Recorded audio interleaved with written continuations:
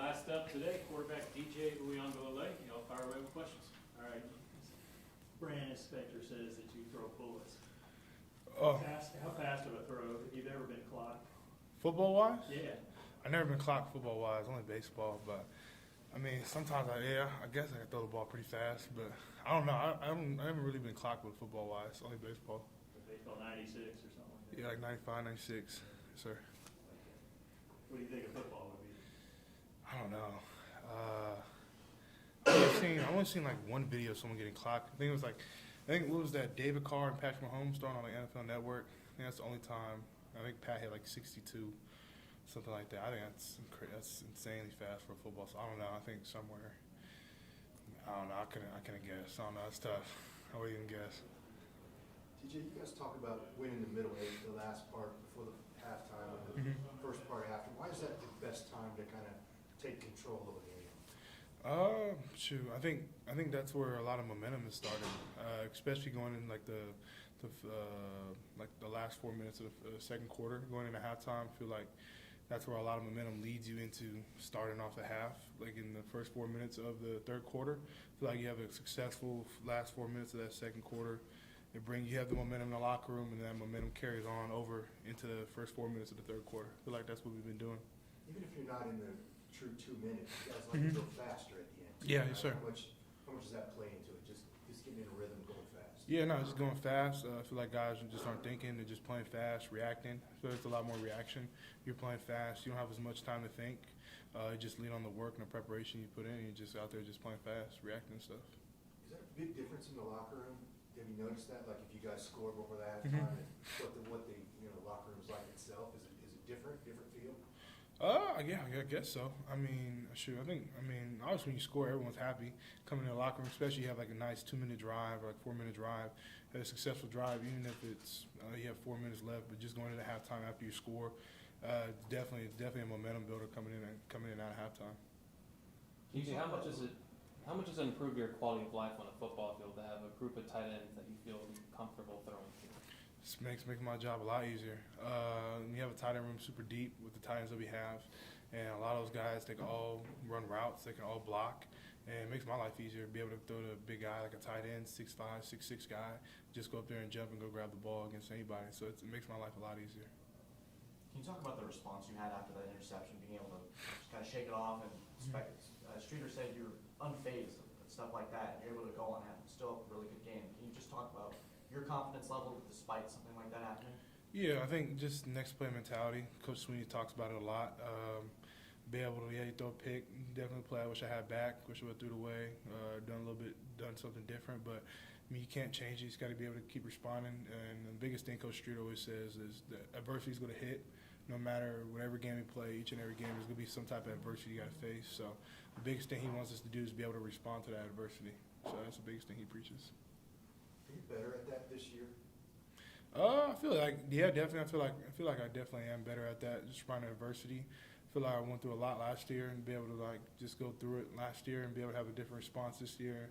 Just kind of understand like if something goes wrong, how do I respond to it? I feel like coming this year I had a better understanding of what if something went wrong, what was the better ways to respond to it. And I feel like yes, sir, I have a better team. I feel like I understand it a little bit better this year. Yeah. Do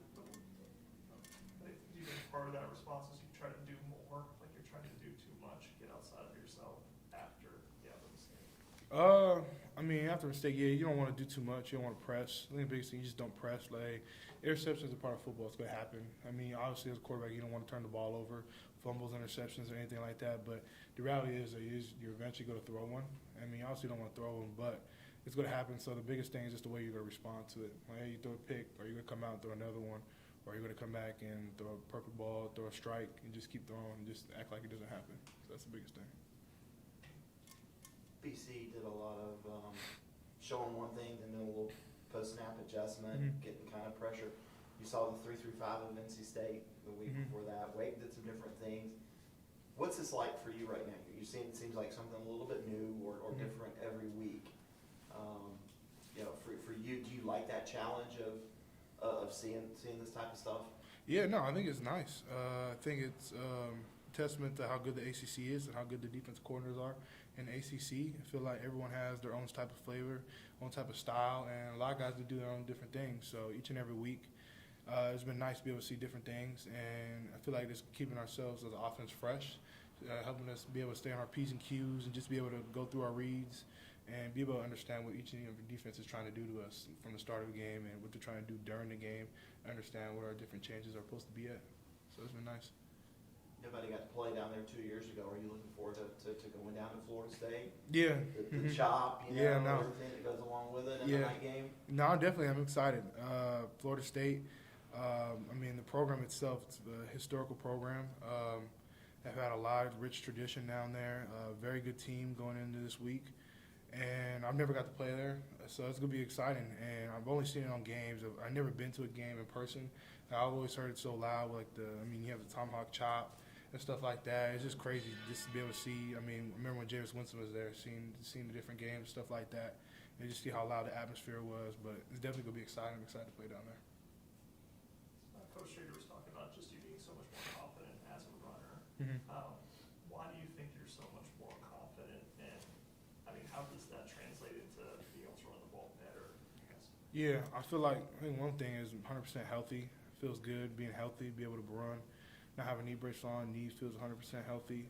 And that's one big thing. And then I feel like just comfortability, knowing each and every game. Every time I get a ball, I'm trying to be able to take it to the house. I'm trying to make a big gain and just be able to read my blocks. And offensive line's done an unbelievable job by giving me holes in the defense, tight ends, running backs, and I've been able to try to do my job right there. I feel like I've just gotten comfortable just running, and it's been good. I think he said that you're actually like recommending or giving him things about we can do this in the running game or do that. I mean, how much more eager are you just to run, just since you know you have that connection? Yeah, I mean, I love running. I mean, I love passing too.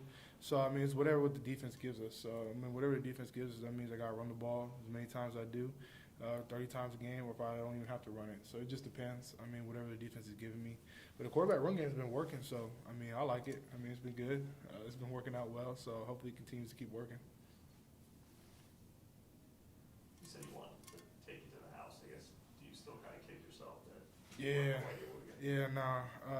I mean, I knew I was going to outrun the defense. Definitely know that's not what I'm going to do.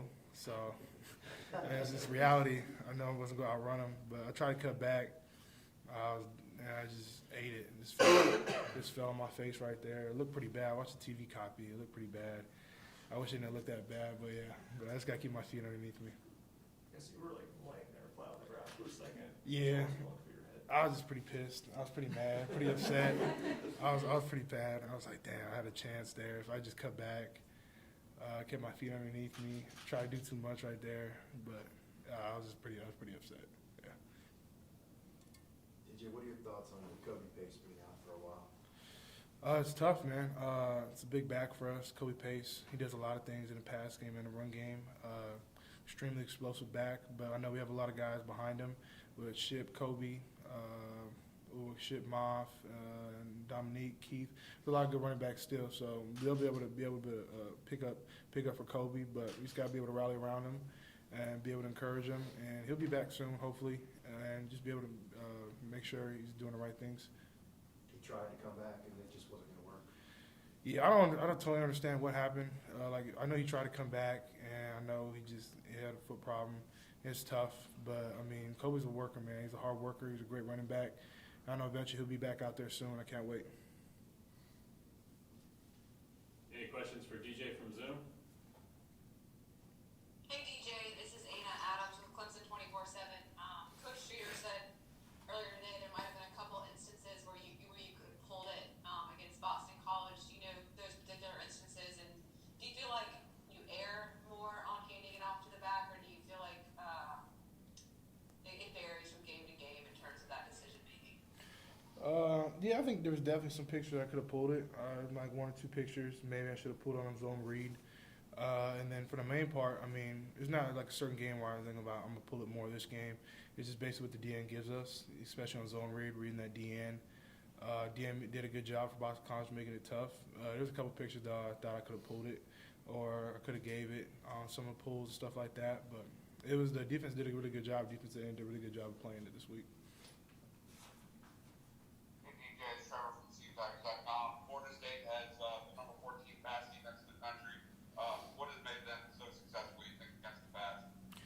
I think they have really good corners, really good safeties, and I feel like as overall the defense has gotten a lot better since last year, and I feel like they've done a really good job this year by getting pressure on the quarterback, and I think that's what makes their defense a lot. I think that's what helps out with the pass defense as well. Is when you get pressure on the quarterback, there's not a lot of time to sit back in that pocket, and I feel like they've done a really good job this year for Florida State. Thank you. Anybody else for DJ? All right, thanks, DJ. Appreciate you guys. Thank you.